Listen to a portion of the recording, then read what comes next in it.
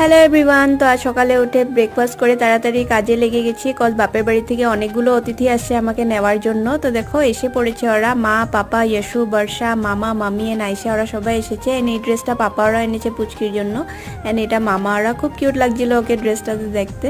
And এবার চা বানিয়ে নিলাম, সবাইকে মিষ্টি উষ্টি দিয়ে দেবো। এন্ড মা মণ্ডপে অনেকটাই বিজি, যার জন্য আমরাই ম্যানেজ করছি সব কিছু। এন্ড পুচকিগুলোকেও খাওয়া দিয়ে দিয়েছি, এন্ড এখন পাপা ওদেরকেও দিয়ে দিয়েছি। তারপর আমরা খেয়ে তাড়াতাড়ি রেডি হয়ে পড়বো, কজ রাস্তা অনেকটাই দূর। অ্যান্ড যাওয়ার পথে পাঁচালিতেও ঢুকবো আমার কাকাতো বোনের বাড়িতে, যার জন্য খেয়ে উঠে আর বসিনি, তাড়াতাড়ি রেডি হয়ে পড়েছি।